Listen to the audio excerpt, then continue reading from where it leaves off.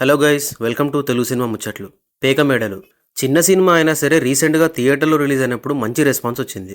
కానీ known faces లేకపోవడం, చిన్న సినిమా అవడం వల్ల ఎక్కువ మందికి రీచ్ కాలేకపోయింది. కనీసం ఓటీటీలో వచ్చే ముందైనా ఒక డేట్ అనేది అనౌన్స్ చేసి ఉంటే బాగుండేది. కనీసం ఈ మూవీ ఓటీటీలోకి వచ్చినట్టు ఎక్కువ మందికైనా తెలిసేది. ఇంకా లేట్ చేయకుండా ఈ మూవీ ఎలా ఉందో ఈ రివ్యూలో చూసేద్దాం. బేసిక్ స్టోరీ ఏంటంటే లక్ష్మణ్ బీటెక్ చేసి ఏ జాబ్ చేయకుండా రియల్ ఎస్టేట్ బ్రోకర్గా పనిచేస్తూ ఉంటాడు. ప్లాట్ సేల్ అయితే గానీ కమిషన్ రాదు. కానీ ఎక్కువ డబ్బులు సంపాదించాలని గాల్లో మేడలు కడుతూ ఉంటాడు. ఇంట్లో ఎంత కష్టంగా ఉన్నా జాబ్ మాత్రం చేయడు, అప్పు మాత్రం చేస్తాడు. ఇక లక్ష్మణ్ వైఫ్ వరలక్ష్మి తను ఒక మంచి లైఫ్ బతకాలని పని మనిషిగా చేస్తూ ఇంటిని చూసుకుంటూ ఉంటుంది. ఫైనల్గా వీళ్ళ జీవితాలు మారాయా లేదనేది మిగతా కథ. ఈ రోజుల్లో కథే హీరో. హీరో ఎవరు, హీరోయిన్ ఎవరు, డైరెక్టర్ ఎవరు అని ఆడియన్స్ చూడట్లేదు. అది చిన్న సినిమా అయినా పెద్ద సినిమా అయినా వాళ్ళకి కనెక్ట్ అయ్యేలా ఉండి ఎంగేజ్ చేయగలిగితే చూస్తున్నారు. అలా ఈ పేకమెడలు సినిమాలో యాక్టర్స్ ఎవరు మనకు తెలియదు. కానీ ఈ సినిమాలో ఉన్న స్టోరీకి, క్యారెక్టర్స్కి మనం కనెక్ట్ అయిపోతాం. ఏ పని సరిగా చేయకుండా తిరుగుతూ ఉండే హస్బెండ్, ఇంటిని చూసుకోవడానికి చిన్నా చితకా పనులు చేసే వైఫ్, ఈ కథ ఇప్పటికి మనం రియల్ లైఫ్లో చూస్తూనే ఉన్నాం. ఇక రియల్ లైఫ్ స్టోరీనే తీసుకొని ఎక్కడా సినిమాటిక్గా తీయకుండా చాలా రియలిస్టిక్గా ప్రజెంట్ చేశారు ఈ మూవీని.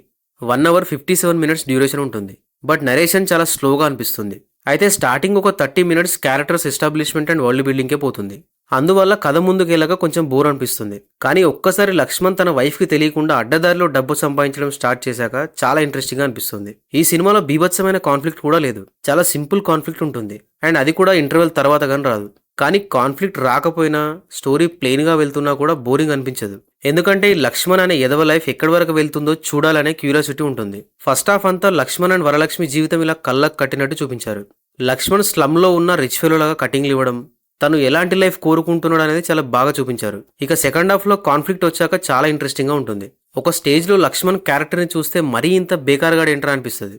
సెకండ్ హాఫ్ అనే కాదు, సినిమాలో వచ్చే ప్రతి సీన్కి మనం కనెక్ట్ అయిపోతాం. ఒక స్లో నరేషన్ తప్ప నాకైతే ఎక్కడ ఫ్లాస్ అయితే కనిపించలేదు. రైటింగ్ అయితే చాలా బాగుంది. ఎస్పెషల్లీ క్లైమాక్స్ నాకు చాలా నచ్చింది. ఎందుకంటే జనరల్గా చాలా సినిమాల్లో హీరో ఎదవైనప్పుడు సినిమా ప్రీ క్లైమాక్స్లోనూ క్లైమాక్స్కు వచ్చేసరికి మారిపోతాడు. కానీ ఈ సినిమాలో అంత జరిగిన హీరో ఎక్కడా మారకుండా ఇంకా పెద్ద ఎదవలాగా అలాగే ఉంటాడు. ఆ కైండ్ ఆఫ్ రైటింగ్ నాకు కొత్తగా అనిపించింది. ఇక అడల్ట్ కంటెంట్ అయితే ఏం లేదు, ఫ్యామిలీతో చూడొచ్చు. ఇక యాక్టింగ్ విషయానికి వస్తే లక్ష్మణ్గా వినోద్ కిషన్ అద్భుతంగా నటించాడు. ఈయన తమిళ్లో నోన్ యాక్టర్. ఇక రీసెంట్గా గ్యాంగ్స్ ఆఫ్ గోదావరిలో చేశారు. ఒక స్లమ్లో ఉండే హస్బెండ్ ఎలా ఉంటాడో ఆ లుక్ అండ్ బాడీ లాంగ్వేజ్తో చాలా బిలీవబుల్ పర్ఫార్మెన్స్ ఇచ్చాడు.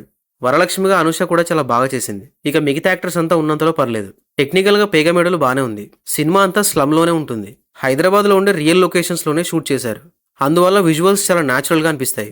సాంగ్స్ పెద్దగా ఏం లేవు. అండ్ బ్యాక్గ్రౌండ్ స్కోర్ కూడా పర్లేదు.